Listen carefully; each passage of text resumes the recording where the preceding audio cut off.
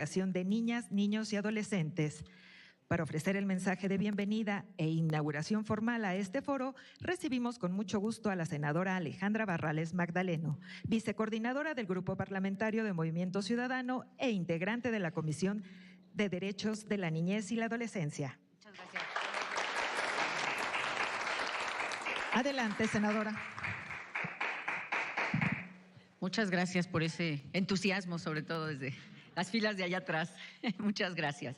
Bueno, quiero, por supuesto, iniciar agradeciendo y reconociendo la presencia de todas, de todos quienes nos visitan esta mañana y de manera muy particular a quienes están compartiendo con una servidora este presidium. De verdad que a todas, a todos ustedes, muchas gracias. Nuestro reconocimiento, no solamente por su presencia el día de hoy, sino sobre todo por su compromiso y su atención permanente para un tema que nos importa a muchos. Pareciera que en estas recientes semanas, estos recientes días, se confirmó que nos importa a muchos más de lo que algunos quisieran o pensaran allá afuera, ¿no? El tema de la educación, sobre todo el impacto que esto tiene con nuestras niñas y con nuestros niños. Así que bienvenidas y bienvenidos. Yo escribí algunas ideas con el objetivo de ser respetuosa con el tiempo de nuestros participantes y a manera de resumen, yo quisiera compartir con ustedes pues estas líneas. Sin duda, lo que ocurrió en estos días recientes de ninguna manera puede minimizarse. No podemos verlo como algo superfluo, como una nota informativa de cuándo va a cambiar un día de asueto o no, si este cambio impacta o no.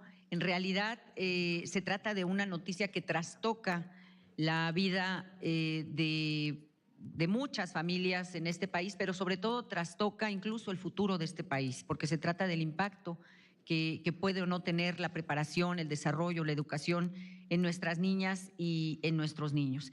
Y nosotros vemos que lo que trató de hacer en esta ocasión la Secretaría de Educación Pública, pues no se trató de informarnos sobre una política pública nueva o el cambio de una política pública. La forma, el fondo de lo que vimos, pues para nosotros no es sino una reacción, una ocurrencia.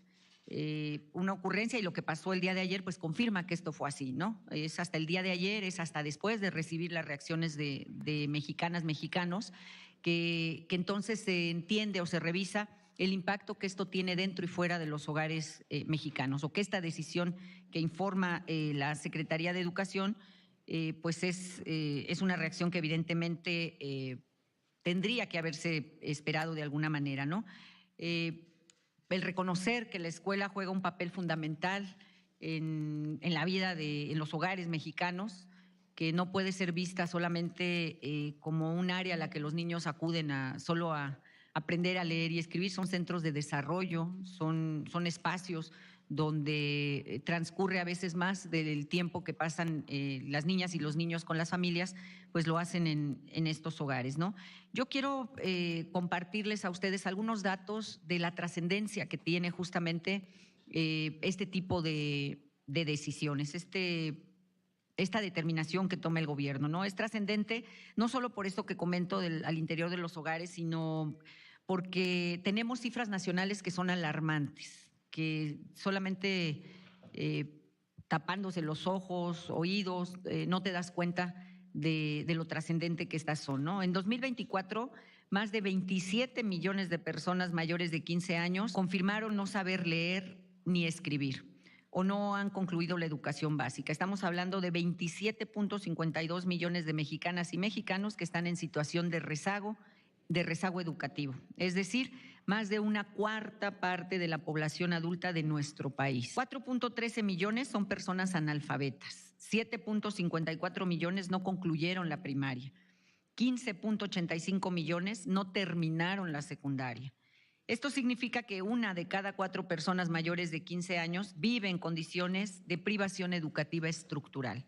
O sea, cuando decimos que no saben leer ni escribir, pues es un dato, o sea, no es un dato menor, no estamos hablando de que no hablan inglés o no tienen algún segundo idioma, etcétera. O sea, es lo más básico el leer y escribir. Y aún así, frente a esta realidad, el gobierno decide, además, reducir las semanas efectivas de aprendizaje, como como ya lo ubicamos, ¿no? El secretario ayer mismo señalaba que para él el último mes de labores que se mantienen en las aulas, que están abiertas, se mantienen sin un propósito pedagógico. O sea, él confiesa que la presencia de los niños ya estos días, después de estos días que él señala, ya no tiene ningún sentido pedagógico. Él dice que la escuela se convierte a partir de ese momento en una estancia forzada para las niñas y los niños. Estas son palabras que dijo directamente el secretario de Educación. Y es una pena escuchar en quien tiene a su cargo la educación, la formación de nuestras niñas y nuestros niños, que considere que la escuela es una estancia forzada. Y más todavía si entendemos, si escuchamos el alcance del señalamiento que él hace cuando dice que no podemos permitir que las empresas le hagan esto a las niñas y a los niños. Ahora resulta que son los empresarios los responsables de que las escuelas sean estancias forzadas para las niñas y los niños, ¿no? Me parece que es muy fuerte el alcance, el señalamiento de esta afirmación, ¿no? Y la pregunta pues es inevitable, ¿qué está pasando con la educación en México en el presente sexenio? ¿Qué es lo que está sucediendo en un sexenio que es un sexenio de izquierda, que se distingue del resto de los gobiernos que han sido de derecha, que han sido de otra índole? ¿Qué sucede con la educación bajo un gobierno de izquierda? Porque en este caso no estamos discutiendo solamente un calendario escolar, como nos quieren hacer creer. No estamos discutiendo días de asueto, no estamos discutiendo días libres para las niñas y los niños. Lo que estamos discutiendo de fondo es el modelo de país que queremos, el modelo de jóvenes, de adolescentes, de niños que queremos, la generación que queremos para nuestro país para los próximos años. Y no podemos entender solamente la educación como la acumulación de años en la escuela. O sea, no podemos pensar que la preparación se deriva del número de años que las niñas o los niños pasan en la escuela. La educación es algo más amplio. La educación es también la construcción de ciudadanía, es la igualdad de oportunidades, es la movilidad social, es la convivencia democrática, es el lenguaje compartido, es la capacidad crítica y es también la dignidad humana. Es de ese tamaño es la educación. Y cuando un Estado reduce tiempo, dinero y esfuerzo educativo sin generarle otras alternativas a las niñas y los niños, cuando no existe educación de calidad, pues lo que termina haciendo es profundizar las desigualdades ya existentes. ¿Qué quiere decir esto? Lo que hemos planteado y lo que hemos identificado desde hace mucho tiempo. Aquellos que no tienen recursos, aquellos que les cuesta doble esfuerzo salir adelante, la herramienta venía siendo la escuela, o todavía viene siendo la escuela, pero con estas definiciones, con estas determinaciones, pues esa herramienta incluso se cancela o se pone todavía más complicada para quienes recurren a ella como la única alternativa. Y las cifras que la propia SEP muestra, además nos confirman la magnitud del sistema educativo que hoy está bajo esta inercia de la improvisación. 243,000 niñas y niños están en educación inicial, 4 millones están en preescolar, 12 millones en primaria, 6.3 en secundaria. En total, más de 23 millones de estudiantes de educación básica, 2.2 millones de docentes están distribuidos en 264,000 centros educativos en el país. Es la dimensión, el tamaño de la estructura educativa en nuestro país. Y estas cifras, estas decisiones nos confirman, pues estas cifras nos confirman que decisiones de este carácter, de este nivel, pues no se pueden tomar de manera improvisada, porque es a este número de personas a las que les impacta directamente. Y además, esta decisión pues llega acompañada de declaraciones que hoy pues nos revelan más peligro, más riesgo, ¿no? Cuando escuchamos en voz del secretario de Educación las justificaciones pues ridículas, hay que decirlo de alguna manera, por las cuales considera que hay que reducir el número de días de asistencia de los niños a la escuela, pues sí es preocupante, ¿no? Cuando se nos dice que no van a asistir por las temperaturas, por las altas temperaturas en nuestro país, pues vean O sea, un país, una ciudad, por lo pronto en esta ciudad nosotros tenemos el cambio de clima 4 veces al día, ¿no? Que yo ya salí con suéter, pero al rato ya traigo manga corta, pues porque así es en la Ciudad de México, ¿no? Entonces argumentar eso de que por las altas temperaturas no es más que ridículo, ¿no?